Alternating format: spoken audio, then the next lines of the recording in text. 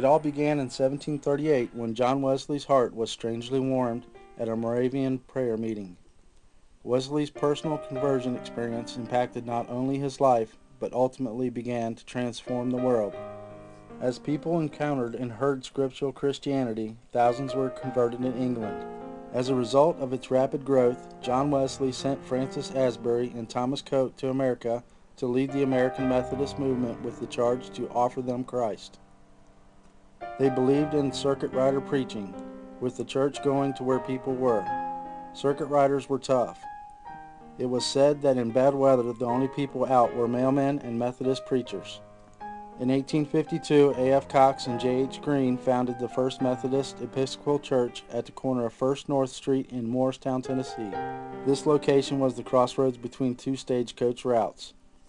Our church predated both the incorporation of the town of Morristown and Hamlin County. During the Civil War and after, Reverend Rufus Hickey's leadership and determination helped our church move ahead by not only preaching and teaching, but taking part in building the church by nailing floorboards and laying brick.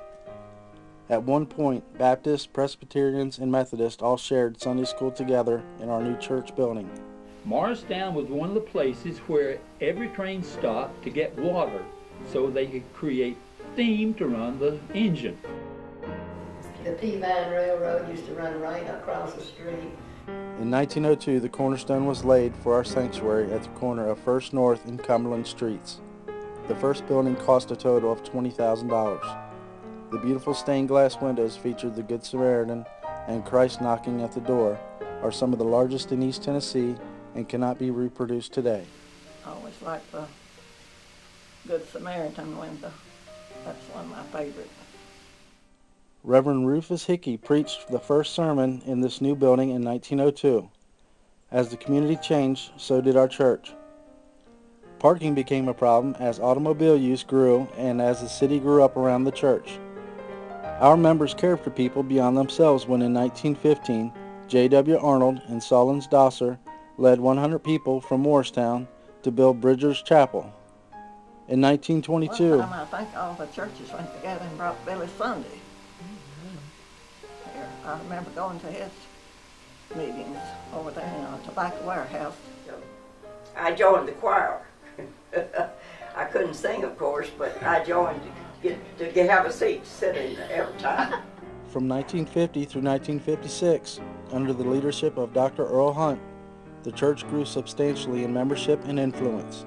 The education building was completed to supply overflowing Sunday school classes. Longtime member Miriam Cantwell remembers Dr. Hunt. He not only spoke effectively, but he gestured effectively. And he would talk about the magnificence of God and his loving kindness, and then he would talk about something else and his hands would go this way. Later she describes an encounter with Dr. Hunt as they saw a need with children in Morristown. We started a kindergarten that year, 1951, and it was in operation until the public schools opened their kindergartens. Our church continued to reach out in 1961 when 34 members left to start Trinity Methodist Church to reach more people for Christ. As our church grew, more property was purchased in order to meet the demand. In 1974, the congregation took a long, hard look at its plans for the future. As the city and county were expanding west, there was consideration to relocate our church.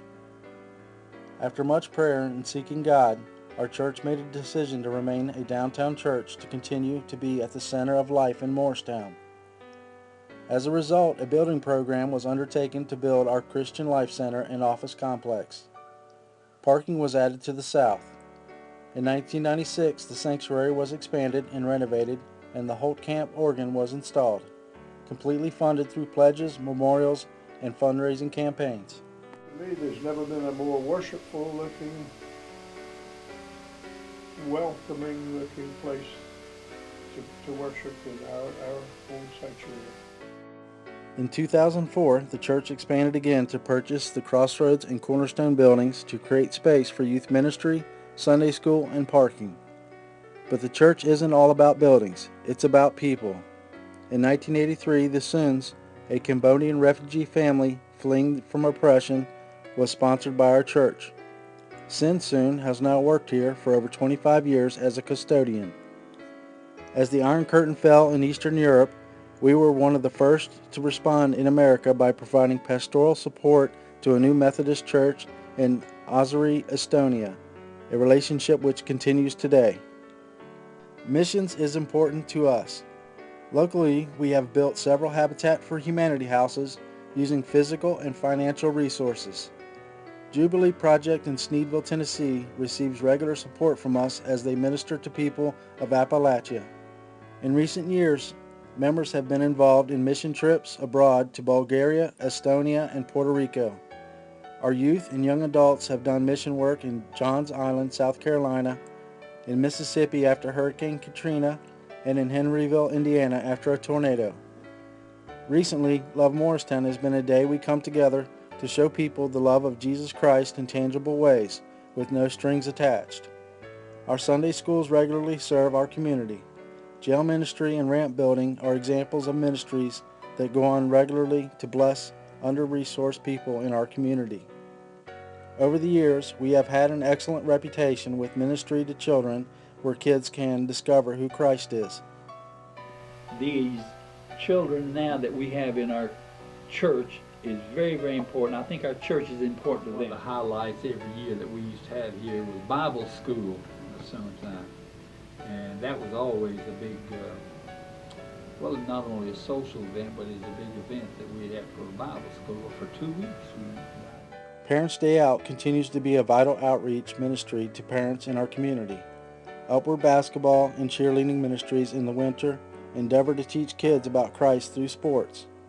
The youth ministry has been a place where kids can be themselves, have fun, and grow deeper in their love for Christ. Both children and youth ministries have put an emphasis on missions and making our world a better place through mission trips and local service. Our music program is well known in our community. We feature children's choirs, youth choirs, handbell choirs, and adult choir as an educational and worship leadership ministry, as well as leading special services like Christmas Eve and Good Friday. The ministry of Sunshine Club and Joyful Hearts has helped mature members from our church and others to come together for fellowship and ministry. Here's what some of our members love about our church. I don't think we can do without a church. I always felt at home when I was with the youth group and when I was worshiping. It's a foundation that I don't lose. Yeah, it's just always been part of it, and it was the fun, one of the major fun parts about it.